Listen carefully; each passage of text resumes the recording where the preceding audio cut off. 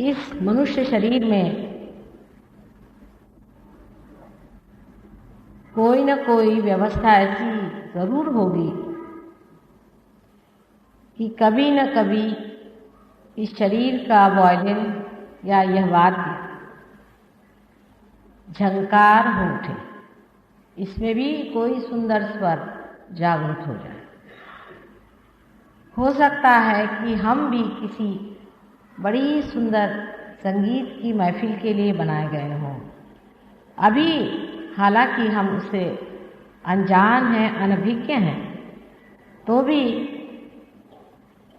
आप में से ऐसे बहुत से लोग हैं जिन्होंने इस संगीत को अपने अंदर पाया है। परमात्मा ने मनुष्य बनाने में बड़ा कष्ट उठाया है। 5 मिलियन वर्ष पहले इस पृथ्वी को सूर्य से अलग किया गया और 3 मिलियन वर्ष पहले तक इसको ठंडा गर्म किया गया। उसके बाद संसार में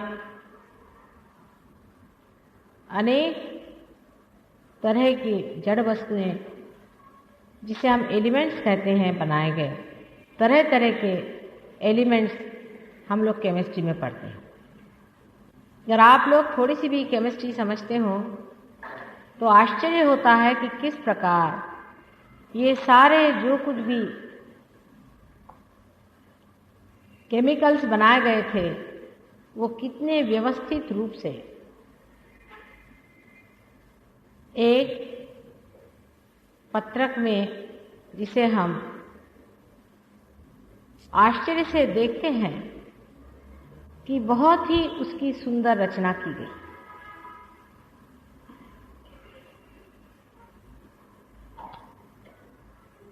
ये परमात्मा ने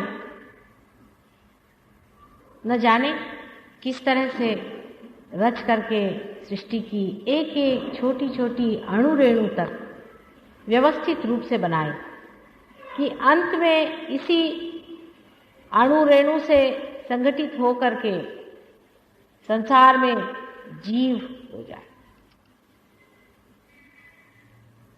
ये कोई लोग कहें कि यूं ही हो गया, ये चांस की बात है, सो बात सही नहीं। अगर चांस से ये बात होती तो अभी तक साइंटिस्ट लोगों का ये कहना है कि एक छोटा सा अमीबा भी नहीं बन सकता, एक जीवंत प्राणी नहीं बन सकता। इतने छोटे से समय में मानव जैसी एक विशेष कृति परमात्मा ने निर्माण की। इसलिए परमात्मा का नाम लेना पड़ता है कि कोई न कोई शक्ति इस ब्रह्मांड की रचना में कारणीभूत हुआ। किसी न किसी ने यह ब्रह्मांड रचाया है। चाहे इसे मनुष्य अपने ईगो और अहंकार में न माने, शायद वो इस चीज को पसंद न करे कि हम लोग ये कहें कि ये परमात्मा ने बनाया, लेकिन क्या कितना भी अहंकारी मनुष्य इस बात को स्वीकार करेगा कि उसने ही अपने को बनाया है और सारी सृष्टि की रचना की। इस तरह उठकर अगर कोई आदमी कहने लग जाए कि मानव ने ही ये सारी निर्मित की हुई है, तो लोग उसे पागल खाने भेज देंगे। जिस शक्ति ने इस सृष्टि की रचना की, उसके बाद मनुष्य को इस हालात में पहुंचा दिया जहां वो आज बैठा हुआ।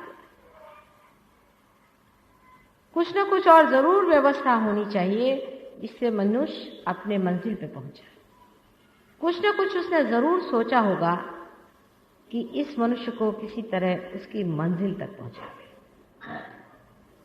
अब जिस इंसान ने ये वायलिन बनाया, ये 7 उसमें स्वर लगाए, उसने यही सोचा होगा कि किसी न किसी दिन किसी संगीतज्ञ के हाथ में ये वायलिन पड़ जाएगा और उसी दिन इस वायलिन से मधुर स्वर का संगीत निकलेगा।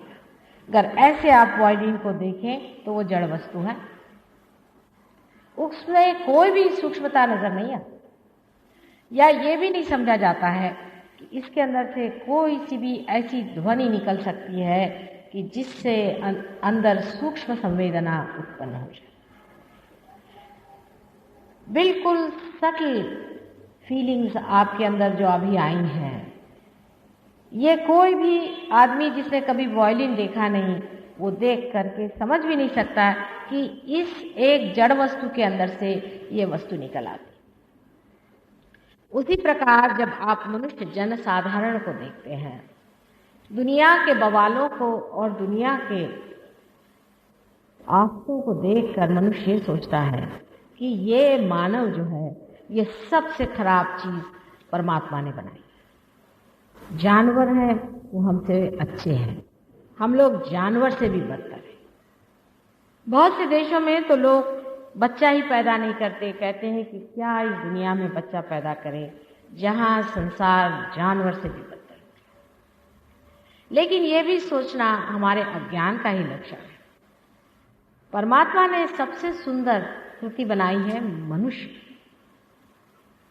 सबसे ऊंची और सबसे सुंदर मनुष्य की कृति बनाई है और उसको विशेष रूप से आशीर्वादित किया है। और ये मनुष्य रूप धारणा में ही मनुष्य उस चीज को पा सकता है जिसलिए परमात्मा ने सारी सृष्टि की रचना की। सारी सृष्टि उसने जो बनाई है वो मनुष्य के लिए बनाई, और मनुष्य को इसलिए बनाया हुआ है कि वो परमात्मा की शक्ति का वहन करे। जैसे मैं बातचीत कर रही हूं तो ये इंस्ट्रूमेंट मेरी शक्ति का वहन कर रहा है। इसी प्रकार परमात्मा ने भी मनुष्य को इसलिए बनाया कि वो उसकी शक्ति का वहन करे, और जब उस शक्ति का वो वहन करे तो उस शक्ति के बारे में सब कुछ जाने, उसके लिए वो अवेयर हो जाए। इसलिए उसकी अवेयरनेस, जिसे हम चेतना कहते हैं, इस हद तक वो ले आए जहां मानव निर्मित हुआ उसको उन्होंने स्वतंत्रता दी कि अपनी स्वतंत्रता में और अपनी हुद्दारी में तुम परमात्मा को खोजो। अपनी स्वतंत्रता में ये जरूरी कहना था। ये परमात्मा ने दी हुई स्वतंत्रता अत्यंत आवश्यक, क्योंकि जानवर जो हैं वो परमात्मा के राज्य में चलते हैं, उनके पास इस स्वतंत्रता का कोई भी सबूत नहीं है, और वो जैसे ही परमात्मा रखते हैं वैसे ही मौज में रहते हैं। लेकिन मनुष्य जाति को ही परमात्मा ने ये स्वतंत्रता दे दी कि अब तू इसे खोज। जैसे कि मैं बहुत बार बताती हूँ कि छोटे क्लास में आप बच्चों को पढ़ा देते हैं कि 2 और 2 मिला के 4 होता है। बड़े क्लास में जाने पर आप कहते हैं कि अच्छा अब ये सवाल आप सुलझाइए, इसको आप ठीक करिए। इसी प्रकार परमात्मा ने मनुष्य की निर्मिति के बाद उसे स्वतंत्रता दी। उसकी स्वतंत्रता में मनुष्य चारों तरफ दौड़ने लग गया। उसका जो चित्त था, अटेंशन था, वो चारों तरफ दौड़ने लग गया।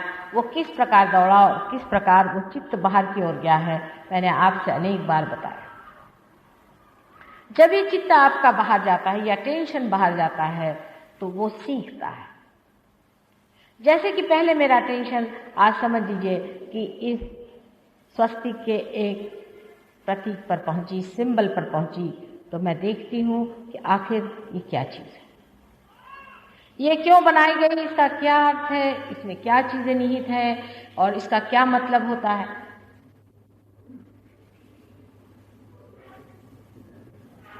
और तब मैं इस विचार पे पहुंच जाती हूँ कि इसका कोई ना कोई अर्थ जरूर होगा, मैं अभी समझ नहीं पाई हूँ। हो सकता है कि मैं इसे जानूं। जानने का तरीका आदमी का बाहर है। मनुष्य बाहर जाकर जानना चाहता है। मनुष्य सोचता है कि दुनिया की चीजों से आपको ज्ञान हो सकता है।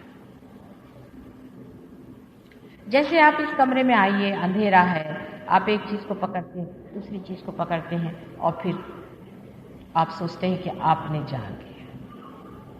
एक और तरीका होता है कि अंदर आपके प्रकाश ही आ जाए और आप सब कुछ जान लें। कुछ लोगों ने, बहुत थोड़े से लोगों ने अंदर से जानने का प्रयत्न किया, जिसे हम कहते हैं मनन करना। लेकिन आजकल मनन के नाम पे हर तरह की चीज बिकती है। जब मनन शक्ति में उन्होंने जाना तो उन्होंने समझा कि मनुष्य क्या चीज है, उसके अंदर किस प्रकार ये 7 स्वर बने हुए, ये 7 चक्र बने हुए हैं, और इन चक्रों में अभी जो भी शक्ति है वो सीमित है। हमारी बुद्धि भी सीमित है, हमारा इंटेलिजेंस भी सीमित है, और उस असीम शक्ति में अगर उतरना है तो कुछ न कुछ इस तरह की घटना हैपनिंग अपने अंदर होती है, जिसके कारण मनुष्य उस असीम सर्वव्यापी ऑल परवेडिंग शक्ति में उतरता है।